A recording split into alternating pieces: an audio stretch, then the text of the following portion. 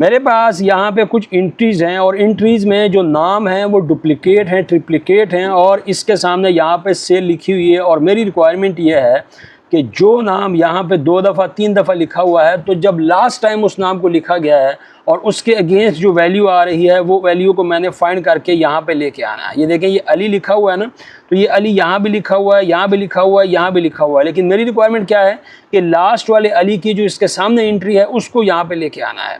तो अब मुझे यहाँ पे यूज़ करना है एक्स लुकअप को।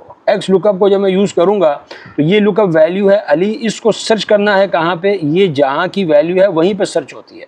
उसके अगेंस्ट वैल्यू कहाँ से लेनी है, तो वो सेल को मैंने यहाँ पे सेलेक्ट किया, फिर 2 दफ़ा हम कामा लगाते हैं। देखें, एक आर्गूमेंट को जब हम यूज़ नहीं करते ना तो उसकी जगह पे हम सिर्फ कामा लगा देते हैं, फिर यहाँ पे 0 लगा देंगे एग्जैक्ट मैच के लिए, फिर कामा लगाएं। और अब यहाँ पे आपने क्या करना है, -1 -1 किस लिए है कि जो अली लास्ट टाइम इंटर हुआ है उसके अगेंस्ट क्या वैल्यू है। अब इंटर को प्रेस करेंगे तो आप देखेंगे ये वाला जो अली है इसके अगेंस्ट क्या आ रहा है, 87,345, तो ये यहाँ पे आ चुका है। अगर देखें मैं यहाँ पे नेम चेंज करता हूँ, मैंने यहाँ पे लिखा फ़हद, तो ये फ़हद जो लास्ट में आ रहा है ना, इसके अगेंस्ट एंट्री आ रही है 78,345, तो वो यहाँ पे आ चुकी है। जब भी आप नेम चेंज करेंगे और उस नाम की जो लास्ट एंट्री होगी वो यहाँ पे आपके सामने आ जाएगी। ठीक है, बहरहाल thank you very much for watching. मेरी वीडियोज़ अगर आपको पसंद आती है शेयर और लाइक करना मत भूलिए।